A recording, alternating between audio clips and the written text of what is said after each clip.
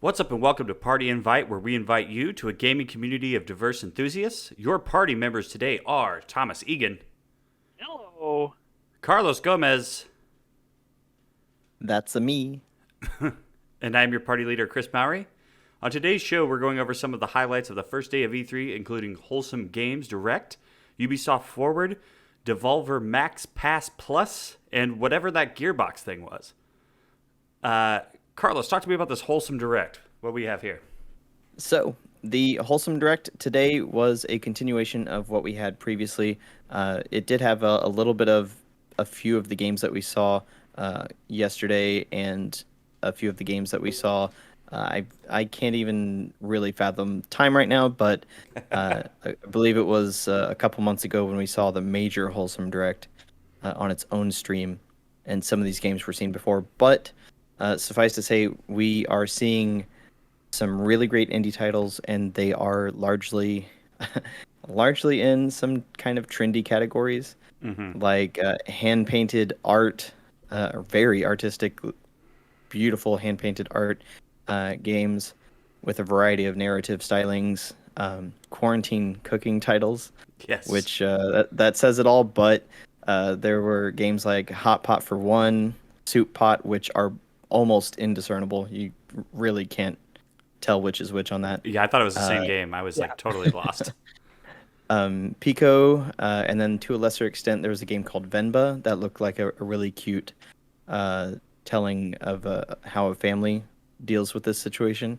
Looked a little bit more narrative than the others. Mostly the others were Cooking Mama-esque or cooking simulator kind of games. We also saw several organizing or OCD based chill games. That's right. Yeah. I want to call them order simulators. Yeah. Okay. Okay. Because I'm not married That's the to kind that, of almost sterile name that I think that category deserves. Yeah. That part makes sense. So, order simulators. We'll see if that sticks. But we saw a lot of those, like A Little to the Left, which the title tells you right there that that's exactly what you're looking for, and that actually had a visceral response in the chat. Like 3 people were like, "Oh God, no! Yeah. What's wrong with this?" Yeah. Because it was like I remember the image of pencils being lined up, and you had to line them up correctly. That's great. I mean, that game is just like the mini games in Among Us, where you're like, "Oh, I gotta bonk this thing with the hammer to get it lined up right." But it does look like a game that pretty much all of us would play.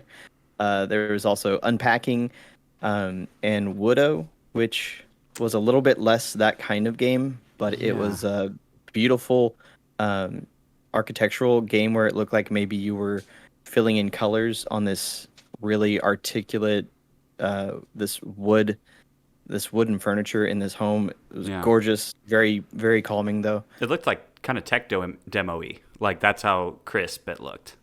Yeah, it was very sharp. And lastly, we saw a lot of Pokemon Snap kind of games, including Shashingo and about 3 or 4 that I couldn't identify even looking back at the Wholesome Direct list. And then the one that I actually 100% remembered is Paparazzi. Pokemon Snap, because, as Thomas said. Because Paparazzi was one of them that was a big hit at the first Wholesome Direct. And this one showed a little bit more, a little bit more gameplay. All a whole lot of fun. One of them also had 3D roaming around added to the Snap kind of photography part of things. Right. And there was one game that was an actual, I believe it was Shashingo, that was actually a learn Japanese game. It was learn about these Japanese environments as well as shoot them like an actual photographer would, as in you take your Nintendo Switch and you move it around vertically and you adjust different things, different orientation, and you adjust like even saturation and contrast and stuff like that. You adjusted levels on the screen. So a lot of really interesting stuff.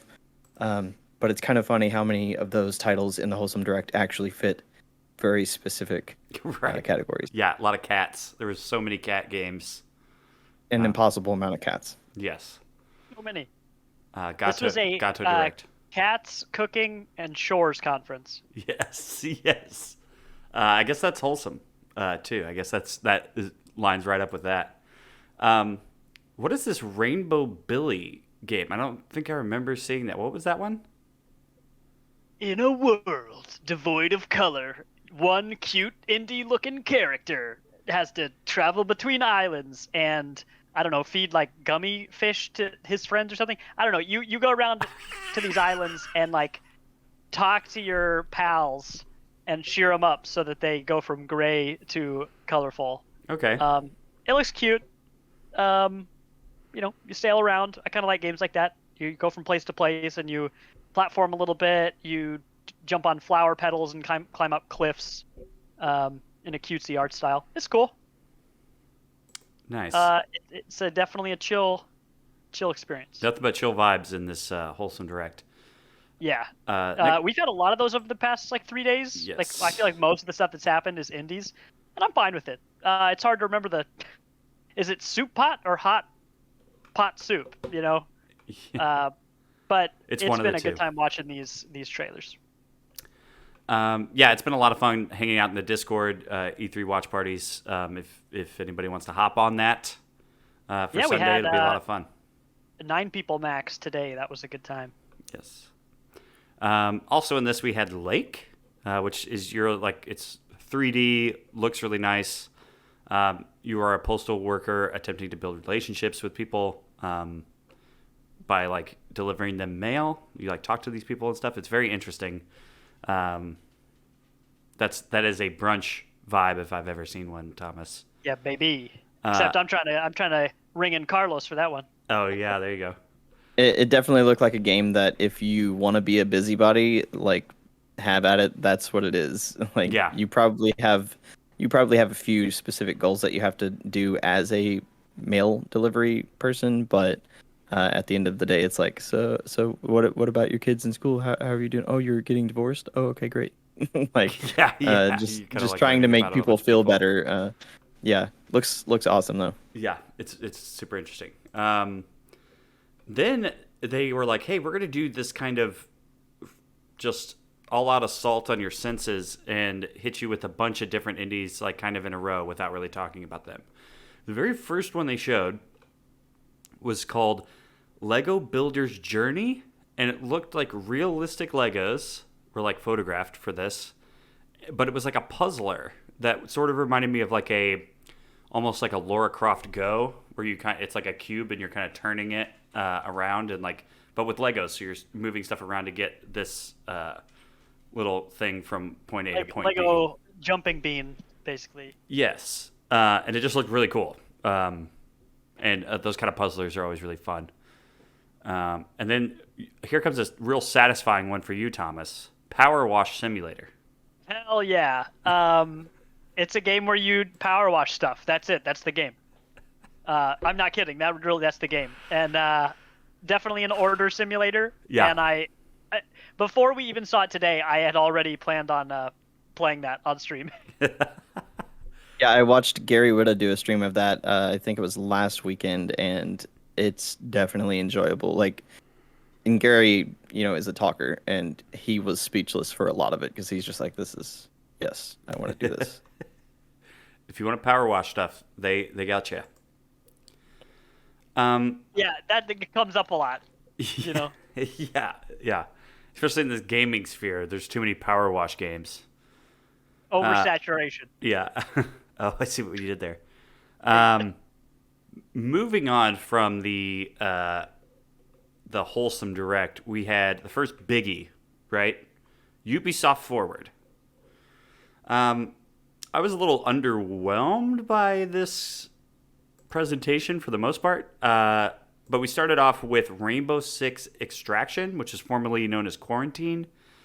It's like a 3-person team tactical co-op. You're shooting aliens, but it doesn't look like Rainbow Six. It looks kind of cartoony.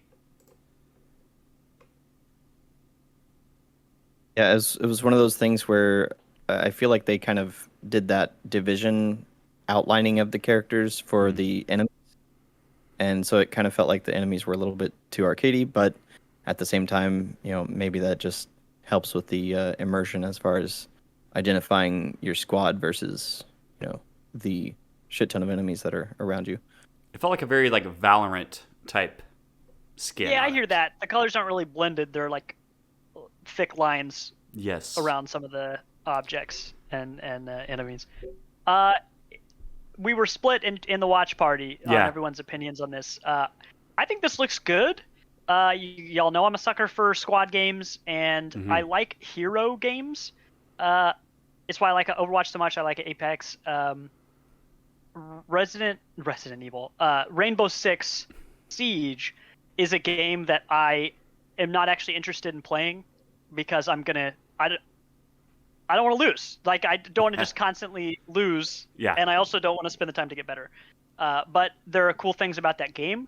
This offers a co-op version of something like that. You get to use the operators, the heroes from Rainbow Six, and you do your cool stuff. You can, break down just about anything, even just by shooting it. You can build up Right. breach walls. You can use the little robot on wheels, the tiny one, to gather information and stuff. It reminded me of like Republic Commando's take on a stealth squad mission-based structure. Republic Commando is certainly a lot different than what we saw here, but I kind of like it. We couldn't not compare it to Back 4 Blood, especially when we've seen at least one, I think maybe two other zombie horde games. I think two, since the last few days of coverage have started. So Yeah. in a 2021 that is quickly getting saturated with games where you fight kind of a horde of enemies, I'm hoping this stands out because of its like the tactical nature of it. Because if Right. it doesn't, then this will be a flash in the pan. Of course, I don't think anybody expected Rainbow Six Siege to have the staying power that it has. That's true. So who knows? Maybe they'll, if it's not great at the beginning, maybe they tweak it until it is great because people love Rainbow Six Siege now. Yeah. But I think they have a lot to compete with. I hope it's good, and I think they have a lot to deal with. Yeah. Yeah, for sure. And I mean, I feel like the only thing that really pulled it back was the fact that our chat definitely, we've been talking about Back 4 Blood for a while now, as well as the progression system that they decided to go all out on and actually describe in the forward was a little bit like, wait, can we rewind a little bit? What? Oh, what'd that's you right. just say? Yeah, they said that if if you're using an operator in the field and they got captured, you would and you didn't extract them, get them out, you could lose all your progress with that character and have to start over. Yeah, and it seems like based on that, I think what they're trying to say, is it showed missions where you're going to recapture one of your operators. Like they're covered in alien goo because you're fighting aliens. Right.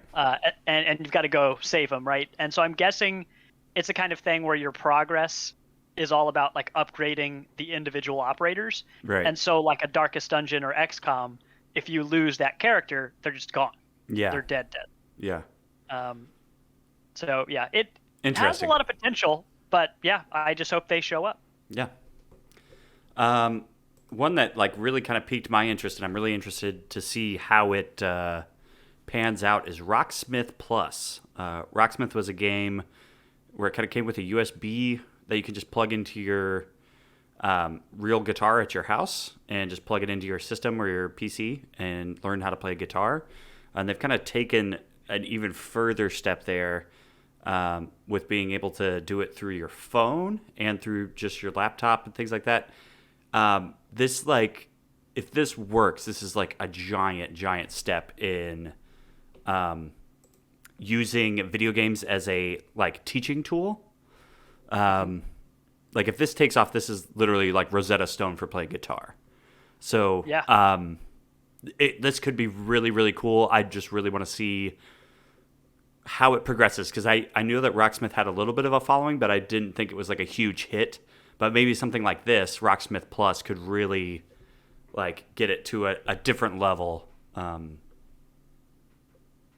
where I think we're going to be talking about it for like a long period of time if it all pans out. Yeah, because I mean, honestly, this almost seems as groundbreaking as something like Google Stadia. They're totally different concepts, but I mean, everything else has just been a trailer for a game. This is the only thing we've seen that seems like truly new technology. Right. Yeah. And it was like showing that it would show you how to tune your guitar. You would get real time response, and like know that you're doing things wrong. Like, that's crazy to me. Chris, go practice your guitar. But I don't wanna. But you'll get bonus points tonight. You know, set a high score or something. I don't know. Yeah, whatever the kids do these days. And it's probably subscription based. From what I gather, you get a bunch of songs for free and all that stuff. But probably they'll be cheaper than packs and all that. Sending them to lessons and having them resent going to lessons. That's true, and you get to kind of learn how you want to by like playing like actual songs that you enjoy. So it's very cool concept. We'll see how that pans out. They are doing like a closed alpha or something, so you can go over to Ubisoft and Rocksmith and sign up for that. Yeah, they showed a couple different ways that you can view it while you're using it, and there's like one that, if I remember, it looks more like Guitar Hero or Rock Band, right? Like original Rocksmith looked. Yeah. And then the other version is tabulated, if I'm even saying that right. Yep. Where it looks like actual tabs that you'd read. So the fact that they show both of those is super dope, because not only can you learn in different ways, just like playing how you want to, but you can see it depending on how, like, are you trying to learn tabs? Great. Oh, you aren't? Well, then forget about that. Right. Yeah, it's very cool. I suggest everyone dig into that and check that thing out.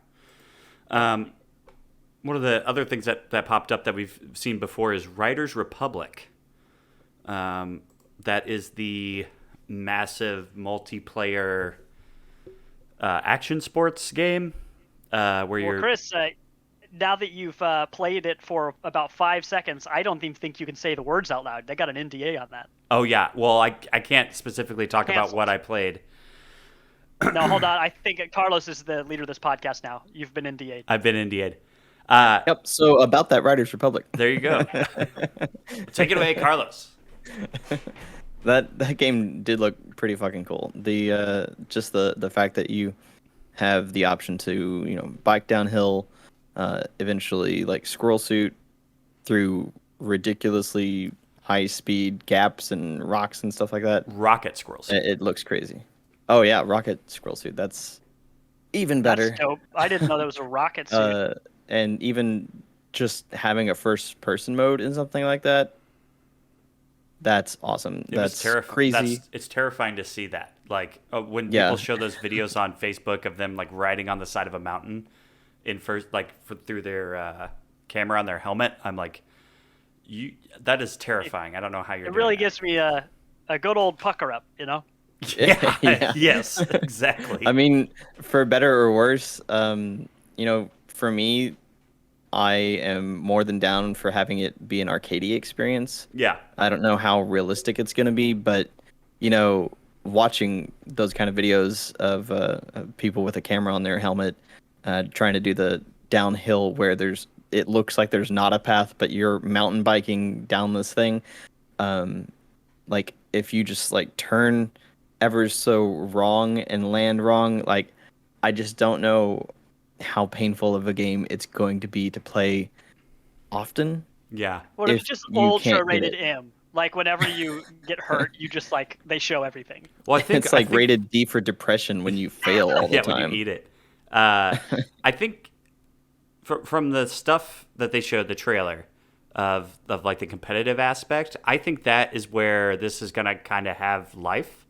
So it showed like two teams of 4 battling in a like Tony Hawk-esque like snowboard park where you would do tricks off of the ramps and stuff and on the and the rails and stuff for grinding, and it would change color based off of who got a higher score off of that thing. So if your team had the high score off of that ramp, it would be blue, and if the other team had the high score off of their ramp, it would be red, and you would have to take over all of them in order to claim that district or whatever. Yeah, that looked way more intense than having like a timed heat competition like you would in any other game. Right. Yeah, that seemed way cooler because everybody's in there all at once. Yeah. I think that could lend itself to some really cool stuff. So yeah, there is a closed alpha for that happening right now. I don't know if you could still register on their website for that, but I think you can. Just know that if you play it, you cannot talk about it. There's a big NDA. Yeah. So, moving on. Yes. Another thing that popped up that I guess was leaked earlier today was Mario plus Rabbids Sparks of Hope. That's the Mario and Ubisoft crossover XCOM like. It looks cool. The first one looked cool too.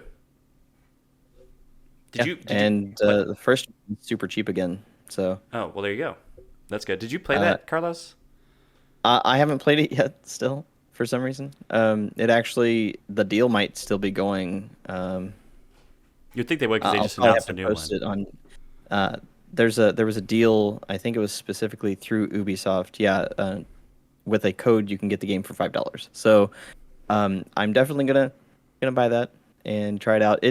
It's definitely $5. something that I'm interested in, something I've been wanting, but it's one of those that just it doesn't hit all the notes that you want. I've watched a ton of reviews for it, and it's like, well, it's just not exactly the game that I want. I mean, it came out just a few months, I feel like, a few months before Three Houses. Maybe I'm wrong. It might have come out earlier than that. I think it was before that, but maybe. But it was like just a few months before, I feel like. But nonetheless, like every Switch fan that's hardcore knows that, Fire Emblem's going to be on the system. So it's like, do I really need anything else as far as strategy goes? And I was playing Wargroove. Right. So as far as and they ended up tactics porting and strategy games go, they ported XCOM 2 to that too. I can't imagine that it runs well, Yeah. but I'm pretty sure that's on there. God, there's no way Yeah. that runs well. It doesn't run well on a PS4 Pro. Or a PC. yeah. So at this point, to me, it does feel a little bit more like it's just like, you know what, if you need baby's first strategy game, and that's honestly not a knock, No. because there are plenty of people out there that are not going to jump into Fire Emblem and have a good time at it. It's I not mean, they're- something that you can just walk into and be like, this is fine. Yeah. Yeah. Yeah, no, Yeah, definitely. so I'm glad that it's got its very specific niche, and it looks gorgeous and it's very fucking cute, just crazy cute. So people do need to keep an eye on it. Yeah, and then I don't necessarily, I wouldn't call this a highlight, but Ubisoft had Yves Guillemot show up, and he was like, oh, I'm so happy for all these developers and stuff, and we have one more thing, a great thing to show you. I want to make sure I get this name right. Avatar Frontiers of Pandora. And you're like sitting there listening to this or watching this, and you're like, Avatar? Like the James Cameron movie from 2009? Yes. I've been waiting for this. We literally know nothing about this game. It just showed off that there's the humans, there's the Navi. I don't even know what they're called. I didn't remember that. I had to read it to see it. But no gameplay whatsoever, no description of what the game is, as far as I know, unless you maybe went to their website. I personally do not understand who this is for. To be completely honest about it, we may have the next Avatar in about a year or so. The next movie. That's right. I feel like they threw out a random 2022 date recently, but once again, the first movie is so long ago. But no, the key point is Pandora at Disney World. Oh, Right. Because we're coming back. So Oh, wow. I see. yeah, Okay. Man. yeah, Well, because it's officially their product now. if you didn't like Avatar before, Be ready to now because it's about to get You're shoved gonna down your have to. throat. Buckle up, bucko. Yeah, and I mean the first game that came out, nobody even remembers that there was one, but it was on Dude, the because 360, they hadn't figured and out it how to was make bad. games for movies yet. And it Exactly. was like that was around the time they made one of the Star Trek video games. There was another one that came out similar. Transformers. There were a lot of Yeah, Transformers games at that time. man, they sure were Based on trying. movies. Yeah, and just Yikes. no good. Yeah, so it So feels I feel weird to like that's see this. exactly what's happening. Not only is it a video game for a movie that came out 12 years ago, but it's not like, I mean, we didn't see anything. Did we? I think we saw like first player stuff of a But it was hand CGI. looking at, It was definitely not gameplay. It was CGI trailer. Yeah, it was all pre-rendered yeah, stuff. I don't know. It's weird. It's like I'm not sure Like, what's going on. I'm at the stage, my barometer or whatever for how interested I am is make me care. Right, and that I don't know that trailer did that. So that's a thing that's happening. No news on what was the Beyond Good and Evil 2. That game's probably never coming out, just so everyone knows. Or if Breaking it does, news. it'll be 8 years from now. So Yeah, get We expect get a hyped. delay announcement in January of 2023. Get hyped. like I said on Twitter, it's just I've reserved all of my thoughts on that game for if it releases. Period. Yeah, like the little gameplay stuff that they've showed before seemed cool, but it was just them flying around in ships, and not interacting with anything. So, and maybe some slight combat, but there really wasn't. That game doesn't exist yet. It's not done, not even close. So, keep waiting. So moving on from Ubisoft Forward, then we had this whole situation where Devolver and Gearbox's video conference things overlapped. So if you know us at all, we're like, okay, so we're watching the Devolver Digital Max Plus. Yes. Max Pass Plus. So this started off with, I missed this, unfortunately, but I'm already hyped for it, so it doesn't need to be sold to me anymore. Shadow Warrior 3, that's a kind of Doom-like, very over-the-top, very pretty, crazy guns. Your character's like a Deadpool or Duke Nukem type. It just looks like fun. It looks like it's going to be a lot of fun to play. So if you're into those... That is it like a dungeon crawler? No, it's a twitchy first-person shooter like Doom or like It- Duke Nukem. I got The you. video shown today was almost exactly Doom Eternal. Like, Yeah, it looks there. crazy. There's like stuff that you can interact with in the world. Like there's like razor blades that kind of fly across the screen and stuff. And if you get hit by it, it hurts you, but you can like knock enemies into them and slice them up. It just looks like great, gory, over the top fun. Cool. So yeah, that's going to be a big one for them. I think that's going to review pretty well too. Then Carlos, you want to talk about Demon Throttle? Yeah, Demon Throttle is a physical only Switch release. The first of its kind, but it's soon to be followed by a lot more because we had a whole thing over today and yesterday over limited run games and the fact that specifically the company Super Rare Games is doing a special program where how they said it was a little different than Devolver's messaging, but Super Rare basically said, you know what, we want to support developers in a different way. This is more immediate money for a developer because they just have a better chunk up front instead of some of the most independent of games will put something out digitally and have, 5 years later they'll start getting a big trend in sales or something. Yeah. But this helps a really small developer get a better understanding of what they can do, who wants their product, and then kind of jumpstarts their second project. Yeah. And so Demon Throttle, Devolver didn't go through that whole thing, but they just said, this is a very indie game. You're gonna want it because it's good, and it's because it's Devolver. Yeah, and it's Try it now. it's an 80s shmup.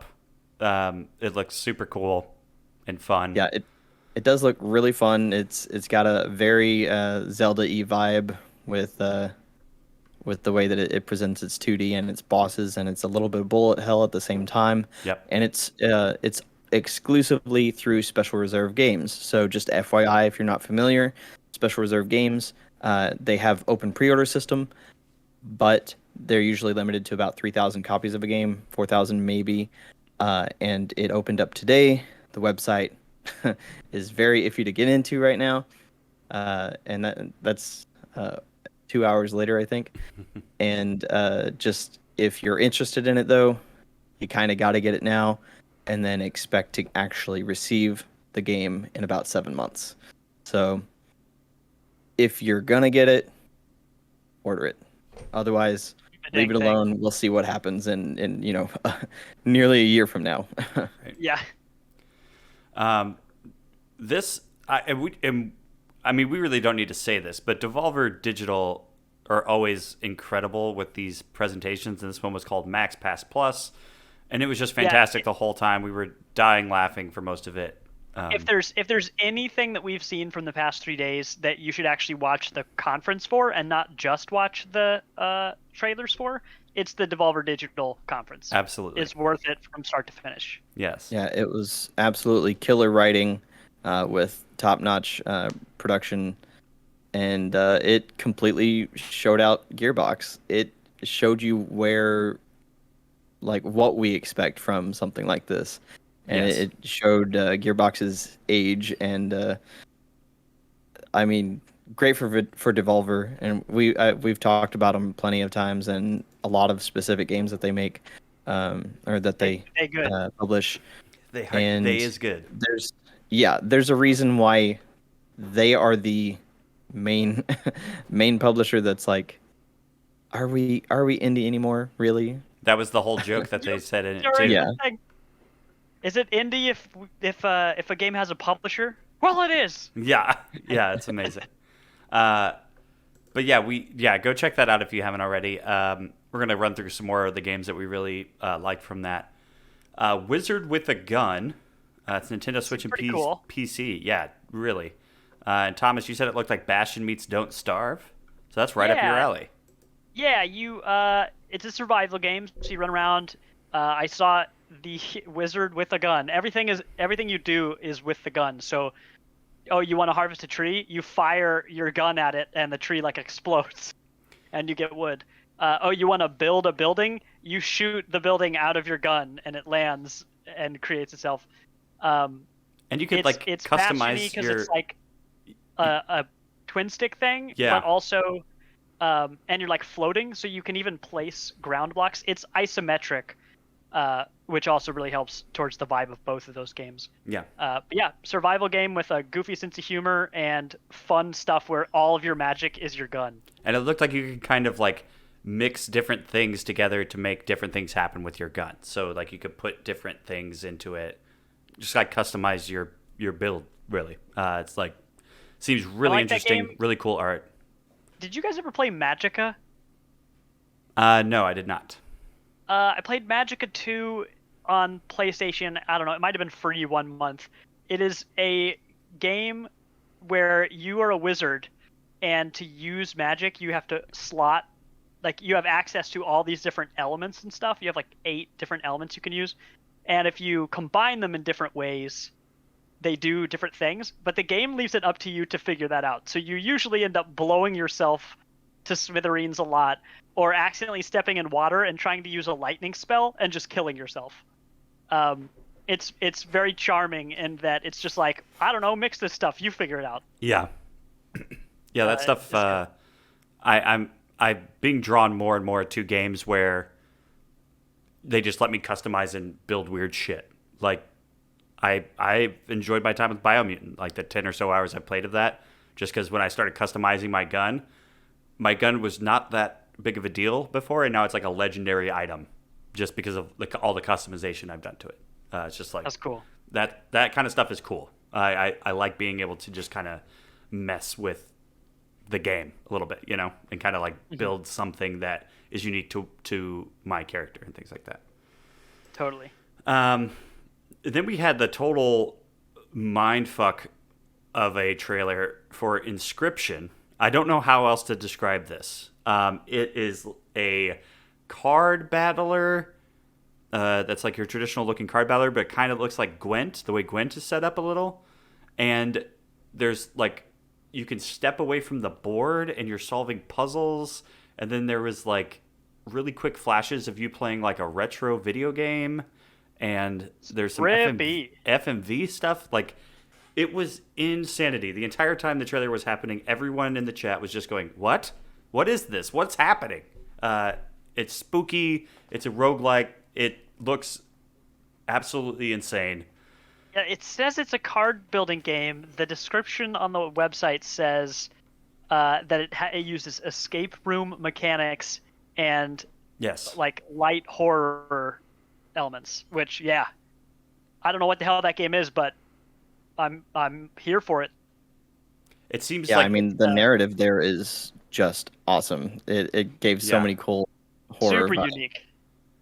It was like almost like you'd have to battle, like do a card battle to like learn more about the escape room that you're in, and then you would like leave the table and like go try to figure something out, like something that you've learned from playing. That's at least what it alluded to. It looked like, but I don't know. That just looks absolutely insane. Like the most Devolver thing I've ever seen in my life, and it looks so cool. I'm so excited. That also says it's coming out this year. So keep an eye out for that. It is Inscription with it's INSCRYPTION, like crypt. See what they did or there. like scry. Another great one that we thought we were immediately going to be able to start playing, and we were all very excited, and then we got our hearts broken. It is coming soon. It says Devolver Tumble Time, their phone game. Their some sort of phone game. Might be like some sort of like what it kind of reminded me of was like a like Dr. Mario type of situation where you were like matching characters up to make them fall, but all the characters are like tumbling, and it's all like Devolver wild. That's funny. Yeah, so directly great. from what they put up on their site today, Devolver Tumble Time is the future of physics-based puzzle gameplay, elegant monetization, which was the key point, and strategic brand integration. So it special ability to clear huge chunks and earn power-ups to create chaotic chain reactions, then maybe watch some entertaining ads. So that's exactly what it's about. It's going to be great. I'm so excited. That'll be on iOS and Android sometime soon. It's just said sometime soon. So who knows what that means. But be on the lookout for that. That should be super cool. I guess they kind of started the show with this one, Trek to Yomi. It was like a black and white samurai side-scroller. Seemed cool. It just seemed like a indie version of Ghost of Tsushima, kind of. Mm-hmm. And that was like one of the first things that they showed. But something I found really interesting that was missing from this, that I thought for sure we were going to get information on, Weird West was not shown whatsoever. And that is a game that they've shown a lot of at Devolver stuff. It was like a major piece of what they did last year with the making a virtual expo. And this is a game from Wolf Eye Studios, which is one of the creators of Arcane. He made Prey and a bunch of stuff like that. So, and he kind of going off on his own path here, making an immersive sim, Western top-down isometric thing.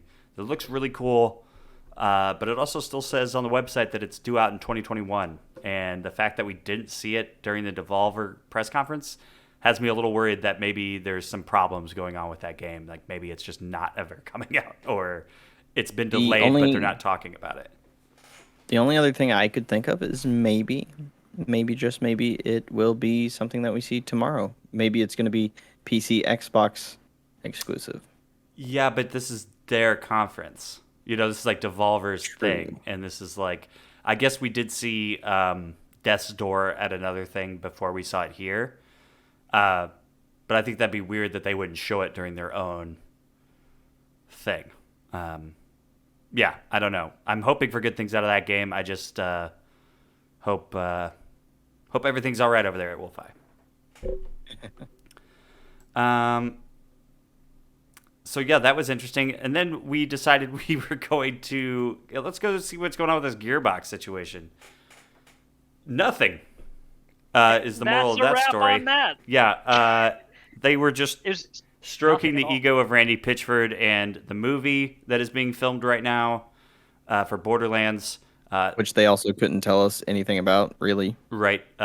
They talked about it was literally one of the worst video packages I've ever seen in gaming, and I don't think I'm overstating that at all. They would show like a trailer for Borderlands 3, which is out and has been out for over a year now. And it was just cringy and like making COVID-19 jokes. It was just so bad. And then they would show you for a minute. They would talk about this game. Is it called Homeland? Yeah, Homeland 3. Homeland 3. So they would talk about this game that was one of the first RTSs that was three-dimensional space and in space RTS, and it was one of the first games to ever do that, and how big of a deal it was. So that was like maybe a minute and a half video about that. Then they just kept splicing in throughout these Borderlands 3 trailers, which that game exists already, we know. They would splice in one person on the development team for Homeland 3 saying one sentence that has nothing to do with the game, and then it would just fade to black and then come back and be like, Homeland 3 being worked on. It's like, what is this? What are we doing here? And it's like, just put that all in one thing and stop doing these little things. It just made no sense. They talked a little bit about the Tiny Tina, but they don't have anything for that game yet. They just kind of talked about what it is, but it's just the same trailer we saw yesterday, or 2 days ago now. It's boring. It was boring. It was insane And that this. We've this had is what Tiny Tina for 3 days straight, and then we had a bunch of coverage of the movie. Okay. And not to mention that the coverage of that movie was Randy Pitchford being on set, clearly annoying everyone on the set. And being like, hey, we're trying to shoot a fucking movie. Hart, can you come out here? And he's just like, he genuinely looked like he was like, are you serious? Yeah. Yeah. It was crazy. Like that was the one and only take they did, because afterwards Kevin Hart was like, no, I'm not doing that again. Like, absolutely insane. During that presentation, I was like, all right, does anybody know anybody live on Twitch who we can watch instead? We could just watch this instead. So we ended up watching Ron Funches play Knockout City for a little bit. But it's just like, in what world is somebody at Gearbox like, yeah, let's put this out? I just can't wrap my head around it. I do not understand it. Tiny Tina interests me a little bit, Wonderlands, but if it is anything like Borderlands, especially like tone-wise and like how they talk and their jokes, which I'm using that term very loosely, I'm out. Like, I am not going to play that. Like, if you just watch 5 minutes of the Devolver Digital and you watch 5 minutes of whatever that Gearbox thing was, you see what like good writing of comedy is like and what like childish garbage writing is. It's like watching like a Tarantino film and watching Fast and the Furious. Like, do you know what I mean? Like, it is that kind of like, these things are so wildly different, but like, it was night and day for sure. It's so bad. Don't mean to shit all over Gearbox, but good Lord. I don't know what that was or why that was necessary at all. But let's reiterate that Devolver was dope, so the takeaway from this should be go watch that whole thing. Devolver, yes. Whole Go thing. do that. And we're going to be back, for the rest of this E3, doing these podcasts, just doing recaps kind of the day. There's stuff, Sunday, Monday, Tuesday. Tuesday's the big Nintendo one, right? That's Tuesday? Yeah. So, yeah, we'll keep putting these up, and we'll be hanging out in the Discord if you guys want to come in and chat with us while we watch these. Since you're watching them anyway, might as well hang out and chat about them. We'll be here. We'll be here all week. Yeah. Carlos, you want to tell the good people where they can... Oh, sorry. There's one more thing I totally forgot about. I just saw it in the notes. Carlos, do you want to talk about the friend of the channel that was on that? Yeah. We did. I didn't get to see it yet. I've got that link pulled up right now, ready to go. But we heard that our good friend Reb Valentine was on a panel for mental health and games on the E3 floor, so to speak, with a panel of a couple other esteemed people. So definitely check that out.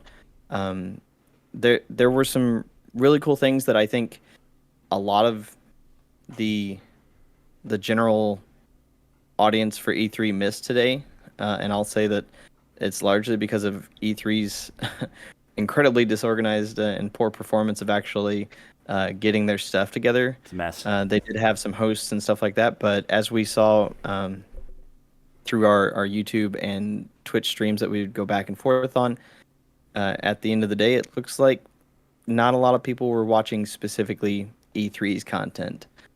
So it's going to be very broken for a while. Yeah, the portal was broken. I got in this morning, and just nothing would work. You couldn't click on anything. There were some forums that people that had early access were trying to create, and you couldn't get in them. You couldn't comment, and they were eventually wiped before I just completely gave up on the E3 portal. And that's such a bummer too, because it's like with a lot of that, when we're all in the chat, we're all complaining about the hosts of these Twitch gaming things and the IGN stuff, and I'm like, I'd like to watch the E3 Greg Miller hosting, because I know he can host his ass off. So I'm like, I'd rather watch that than whatever all this other stuff is. But if it's not going to work, it's pretty frustrating. Yeah, they brought in some valuable people that I think have really great opinions. Obviously, Reb being a part of that mental health and games panel, I'm sure it's going to be awesome to watch. So, thankfully, we have this digital landscape where we can rewatch whatever. You might just have to scrub it a little bit, like an hour into a certain conference or something. But at the end of the day, we've got so much content in front of us now. We'll find something else to enjoy or to gain some education on, like that mental health and games panel. So check it out for sure. Sweet. Carlos, you want to let the people know where they can find us? Yeah. Otherwise, you should just, go to www.partyinvite.games, and that has literally everything. You will have a link below. You'll probably have a link to a few articles, maybe even that Twitch video that I found. Devolver, I'm probably going to link literally everything in the description below. So please go there. You can check out our link tree. Just that's the LI. You will find all of our links. linktr.ee. Oh, yep. Yes, I knew it was broken up. But in any case, if you are seeing this right now, you will know that there are a lot of links to go to. So pick the right ones. It's very important that you do. See you tomorrow, suckers. Yeah, baby. Catch you then.